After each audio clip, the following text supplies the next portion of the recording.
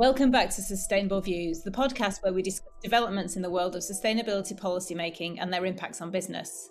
Today we're going to be talking about PFAS, or so-called forever chemicals, and why businesses around the world should be aware of what they are and the regulations governing them. To help me unpick this subject, I will be joined by Sustainable Views Deputy Editor Elizabeth Meager and reporter Florence Jones. Hi both. Hi. So, Flo, I wonder if to start with, you could explain to us exactly what PFAS are, where we find them, and why concerns are being raised about them. Yeah, absolutely. So PFAS are essentially a group of chemical compounds which are used in a whole range of products. They include cosmetics, firefighting foams, waterproof coats, non-stick pans, and kind of stain-proof clothing. If you think of any kind of film or coating, that's probably made up of PFAS. The reason they're known as forever chemicals, as you mentioned at the top of the episode, is because they essentially don't biodegrade over time.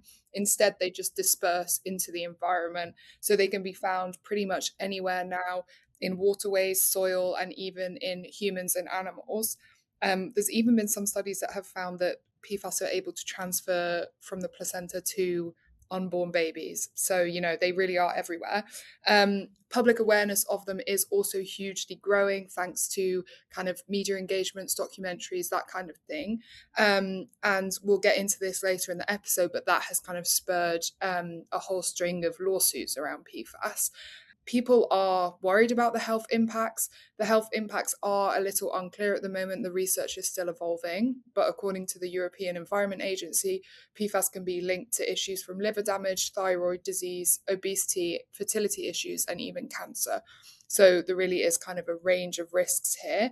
It's very clear that people don't want PFAS in the products they're buying, and more consumers are becoming aware of PFAS as an issue. And some groups are even calling for businesses to be pulled up according to the polluter pays principle and essentially be forced to pay for the cleanup of PFAS that they have caused. Okay, so that's quite the list then that we've got there, both in terms of the impacts, the health impacts, and how different groups are responding to this. And so I think, as often is the case, the EU seems to be the leading the way on managing PFAS. So I'm sure that campaigners wouldn't agree that leading the way is quite the right term.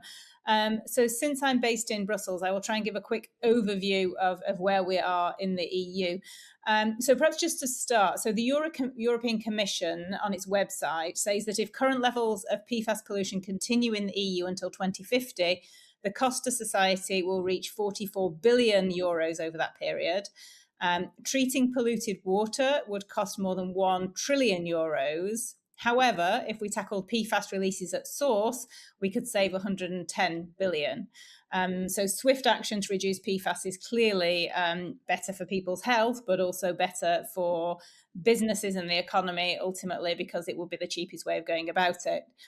Then sort of as a side to this, there's a project which has been set up, a journalism project called the Forever Pollution Project, which I would suggest that readers have a look at if they want to really understand what Flo was talking about in terms of the extent of this pollution. And it calculates that the cost of decontaminating Europe, if nothing is done to combat PFAS emissions, is more than 100 billion euros a year and 2 trillion euros over 20 years. So these are, incredible numbers. And obviously the impacts that go with that. So to try and sort of reduce this pollution, the EU has taken various steps. So the main one being in March 2023, various countries submitted a request to ECHA, which is the European Chemicals Agency, demanding a restriction on all PFAS. And then based on ECHA's opinion, which ECHA is in the final stages of working out, the European Commission should propose some form of restriction. The EU has also adopted limits for PFAS in drinking water since the beginning of this year. The Industrial Emissions Directive also imposes stricter monitoring of PFAS emissions, or will impose, stricter monitoring of PFAS from 2028. And under the soil monitoring law, the EU has also established a list of soil contaminants, and member states are supposed to measure PFAS in relevant soil samples and allow contamination hotspots to be identified. And then from August this year, so next month, we're recording this in July 2026, the EU packaging and packaging waste regulation bans food contact packaging that contains PFAS concentrations above certain limits. And to prove that this is all possible, the European Commission website also lists various products for which PFAS-free alternatives exist, so such as you mentioned, Florence, water-repellent textiles, cosmetics, headphones, solar panels, etc. So there is, stuff that businesses can create, and the Commission is very clear that lots of EU companies are working in this direction. So you've spoken there, Philippa, about how the EU's kind of been leading on this, but there has been kind of mixed conversations happening, and some groups are really worried that the EU is starting to scale back ambition. Yeah, I mean, I think the main way that the EU at the moment is probably looking to take a step back is with the Food and Feed Safety Omnibus. And this is a huge legislative package aimed at merging 10 separate pieces of food and feed legislation. And within that, there is this plan to replace periodic time-limited renewables for pesticides, which happens at the moment, with a system which would effectively grant unlimited approvals for certain pesticides, and a review would only be triggered if there was new evidence of risk.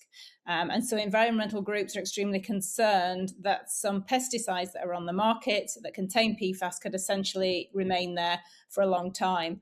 One French NGO, Génération Future, estimates that in their current form, the plans could see indefinite approvals for some 49 active substances that include 4 PFAS pesticides. And as you said, Florence, we can decide not to buy a pan that's got PFAS in it or to change our coat, but it's very difficult to change the food we eat or the water we drink, especially the water we drink. And just to make that point very clear in terms of the concerns that are rising in the EU, that apparently I live in Belgium, and apparently Belgium is the country with the highest PFAS pollution in Europe, not something to celebrate. And a lot of this is because of big industrial sites. So one of the country's best known contamination hotspots is the 3M factory in Flanders, the Flemish-speaking part of Belgium, where PFAS were produced until 2024, and they found very high concentrations in groundwater and in people who live around the site. I think we'll come back to 3M a bit later in this episode and sort of what's happened with them in the US. So this isn't necessarily related to pesticide use, but obviously allowing them to be sprayed on crops indefinitely in a country like Belgium, which is highly densely populated with lots of agriculture, that's not going to help the situation. And so today, July the 8th, the non-profit Client Earth has actually announced that it's filing a complaint to the European Committee of Social Rights over Belgium's failure to protect people's health from widespread PFAS pollution. Which obviously ultimately, if that complaint is upheld, could have impacts on businesses. And the Belgian government sort of reiterates this call for the EU and for Belgium, the government, to step up and to ban all PFAS in any way, any shape or form as soon as possible. And they kind of also come forward with this argument that actually alternatives exist. And so there's no excuse for delaying any further. So that's kind of the situation in the EU, where there is quite a lot happening, but probably nowhere near what needs to happen if we're really going to deal with this problem, which, as we've seen, is a big health and an economic issue. And so, Lizzie, we've just mentioned 3M, which I think we'll come back to perhaps slightly later, but perhaps you could just explain at the moment where the US is on legislation against PFAS, because I think there's stuff happening both at a state and a federal level. Yes. So more happening at state level. So the Biden administration introduced national drinking water standards for 6 PFAS chemicals. So this was about 5 years ago, and designated 2 of those as hazardous substances. That was pretty big, that hazardous substance label. Trump's EPA, that's the Environmental Protection Agency, has proposed keeping those strict limits for those 2 substances, which are PFOA and PFOS. And I'm not going to be as brave as you and try and say their full names.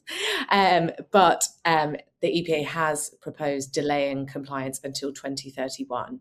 So that is still in the proposal phase, but that kind of fits with this broader deregulatory agenda being pursued by the Trump administration. But at the same time, dozens of states, I think it's more than 30, have started regulating PFAS in consumer products. So the usual suspects, California, New York, but also a lot of others. And that's mainly focused on clothing. Mostly food packaging is a really big one. And I think that's because something to do with when the material gets hotter, then the contamination is more likely. So kind of a lot of compliance is focused there. And I spotted just before joining for this episode that in Minnesota, you also can't use PFAS in cannabis packaging. So something to keep in mind there. Clearly going to make a big difference to us all. Excellent. Okay, so there is stuff happening in the US, even though we see this deregulatory agenda. That's interesting to see what's happening there. And yeah, as we've said, we've mentioned 3M, which I think, even though there wasn't state regulation on PFAS, there has been a class action against 3M and the complaint upheld. So perhaps you could just explain a bit more about that case and in terms of the risk that there is potentially to businesses that don't clean up even from past pollution. Yeah. So I feel like every time I'm on the podcast, I'm talking about how much litigation happens in the US. It is the same story here. So while the US hasn't kind of been at the forefront of regulating PFAS, it has been at the forefront of introducing legal liability through the courts. So the 3M case was brought by a load of public water utilities that were seeking damages to clean up their drinking water. And so although this came before PFAS-specific laws, the legal theories were based on product liability, negligence, public nuisance, and state-level environmental laws. The company ended up paying just over 10 billion, I think it was 10.3, and it will pay that over the next 13 years. So settlements like this, 10 billion does sound like a lot, but for a kind of multi-billion-dollar valued company, maybe not that much, especially paying over more than the next decade. But it's less about the kind of ultimate payout for other businesses, certainly, and more about the uncertainty of future claims and future liability. I think the big lesson for other companies is that even without PFAS-specific laws, contamination carries a real kind of financial cost. And you don't even need a straightforward violation of something like the Clean Water Act to face liability. But in late June, there was actually a settlement. I think it was the first federal settlement related to PFAS, which was agreed with Chemours, which is a spin-off of DuPont, the huge kind of chemical company. And they've agreed to pay $450 million to the federal government. And that was based on the Clean Water Act. Okay, so a mixture of sort of class acts and actual state or federal, state legislation. Starting now, yeah, and under Trump as well. So interesting. And do we know why Trump is happy to regulate around PFAS and not around other things? So I think that Trump's EPA has been, tried to kind of at least maintain an air of caring about the environment, if not so much about climate specifically. I think that environmental causes more broadly feel more bipartisan in the US than climate. And so things like PFAS, although, they have proposed a bit of deregulation there, it's a bit more kind of neutral, maybe. Everyone agrees that perhaps it doesn't fit into that you're for or against, which is what seems to have happened with climate change, is it's become not just in the US, but in so many countries now, almost a defining nature of who you are politically, as much as what you can see, feel, the science that you understand. Yeah, it's not woke to want to drink water that doesn't have chemicals in it. Fair enough. Let's hope it never becomes so. And Flo, I think the UK also is starting to regulate. So could you just explain a little bit what's happening there? And also in terms of businesses in the UK, what do they need to be getting? How do they need to be getting their house in order for these rules? Yeah, so I would say in general, the UK is kind of slightly more aligned with Europe than the US and what Lizzie's just been talking about, but it is like a bit more of a complex picture. So in the whole of Europe, UK included, listeners will know that there's not quite the kind of lively litigation culture as there is in the US. But that being said, there has been a few notable cases. In January this year, there was 192 French citizens who brought a 36 billion euro claim against 2 companies for pollution near Lyon in the kind of what's called the Chemical Valley, which is like a chemicals industry hub there. And also in the Netherlands, there's a big case ongoing against DuPont for discharging PFAS knowingly. So that's not to say that there's not any litigation happening, but it's definitely not at the scale of the litigation in the US. As for the UK, it's very difficult for claimants in UK courts to kind of make that causation argument. Like, we're all exposed to so many products and so many different things throughout our lives, and the evidence is still emerging as to the ability to kind of take on PFAS from your clothing or from something you've eaten, etc., etc. So in the UK, you really have to have that kind of strong causation argument. So there's not been kind of successful cases brought against specific companies yet. But I would say that the kind of entire field is maturing, and consumers and kind of activist groups are very much looking at how they can like build these evidence cases. And I know there's been some interesting thinking around things like uniforms, because you can prove that that's something that someone's wearing all the time rather than just like a t-shirt they happen to own. So yeah, there's definitely a move away from the kind of environmental damage and water contamination related legal issues, which are still important but are kind of older, more established, and towards these kind of liability and greenwashing, like product related claims. I think that's pretty interesting. And then on the regulatory side, you obviously covered in depth what's happening in Europe. In terms of kind of consumer products, there's also the eco design regulation, which is this kind of sweeping regime to make products sold in Europe more sustainably designed. And part of that is these digital product passports, which are essentially like little QR codes that you would be able to scan on a product, and it would tell you all kinds of information, including how you dispose of it, etc. But part of that digital product passport would be identifying whether the product contains substances of very high concern, and that includes certain PFAS. So that would be kind of a direct way that consumers can access that information, and I assume that that would then change the scope of these kind of claims that I was just talking about. The government is like another way to make us very stressed. So we're already stressed about what we eat because we're told how many calories are in our food, and now we're going to be told that our clothes are going to make us ill as well. So good. Yeah, very much so. But the UK is kind of, slightly different. You asked me about the UK. It's principally focused so far on targeting specific PFAS through its UK REACH program, which is similar but slightly different to the EU REACH. So that was set after Brexit, then once yes. the UK came out of the EU. And that's kind of the big chemicals regulation. Yeah. But in February of this year, the government here did publish its own PFAS plan, which says it's going to increase life cycle assessment requirements and take more of a risk-based approach. So it's essentially looking at more monitoring. However, this wasn't very well received in the UK, especially from kind of environmental campaign groups. They thought it was incredibly weak, and it didn't match the kind of ambition that's seen in Europe. And I think lots of groups had wanted the UK to move towards an outright ban. That was very much not the tone of the policy paper. They did talk about banning PFAS in firefighting foams, but in terms of consumer products, that was not mentioned. And so that has kind of left people a bit disappointed. There's also a mention in there of something called self-regulation, which we have here in the UK and has been very controversial. This is kind of one of the big issues in the water industry. Anyone in the UK will know that the water industry has been involved in much scandal over recent years. And part of this is to do with self-regulation, which is essentially when the companies are doing their own monitoring reporting and they report that to government, and it's kind of a trust system that they'll be honest and transparent. And in the case of water companies, they haven't been.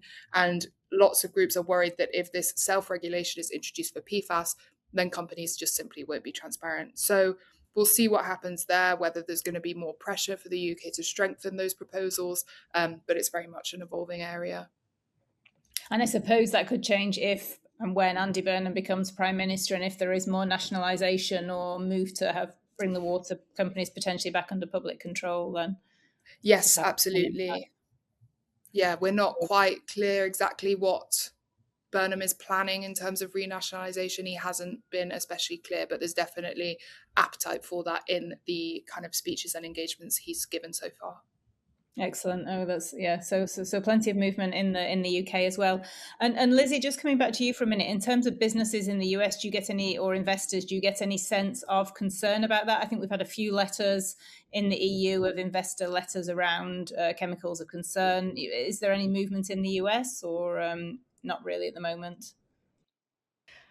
So obviously some companies just don't like regulation as a general rule.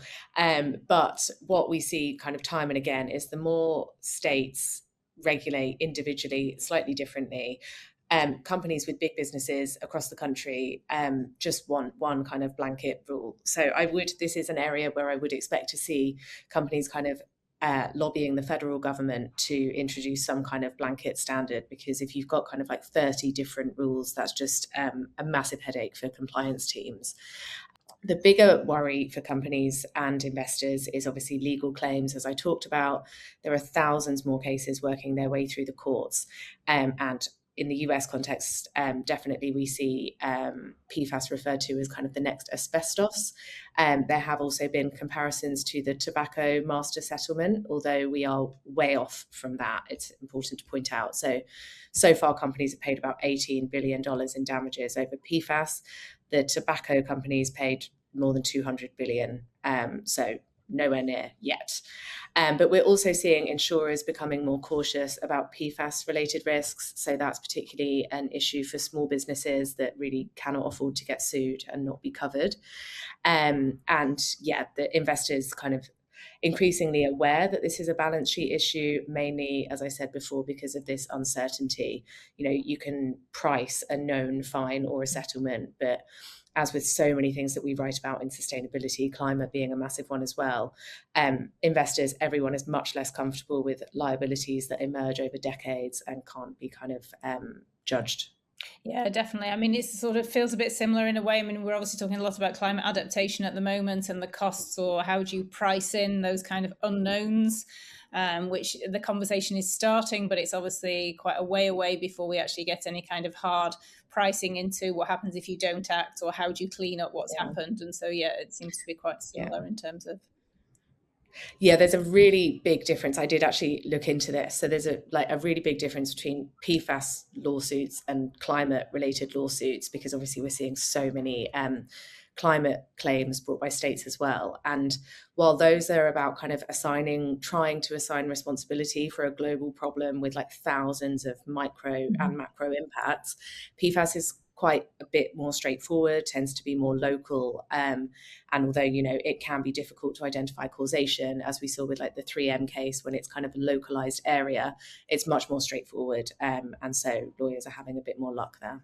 Yeah, and I think there's lots of work as well in Europe going on with farmers as well, because again, if it's sort of coming very specifically from a farmer, and there's a group of farmers, people working on the farm who have now got certain illnesses, again, that link can be easier to make than, as you say, if it's through clothing or something more general. So definitely a subject that we will be keeping an eye on and covering in detail. And when the European Chemicals Agency does come out with its proposal, and the Commission then comes out with its proposal, we shall be reporting about that, obviously, on Sustainable Views, and keeping an eye on how businesses and investors are responding to legislation and other things happening in this space. But I think, none of it's going to be fast. And I just wanted to come back to the Belgian case, inclined to sort of say their complaint, they'll find out within a year if their complaint will be upheld, and then it would take 2 to 3 years for a decision. And that's just, on one very small area of PFAS here in one country. So, yeah, these things. And in the meantime, we're all drinking it and eating it and being warned not to do so, but it's very difficult. There's only so many times you can filter your water. Thanks both for discussing this. Plenty to read about on Sustainable Views for our listeners if they want to find out more on how we've been covering this subject. And yes, to listen to the other podcasts or any of the other articles that we've been writing, then please go to sustainableviews.com.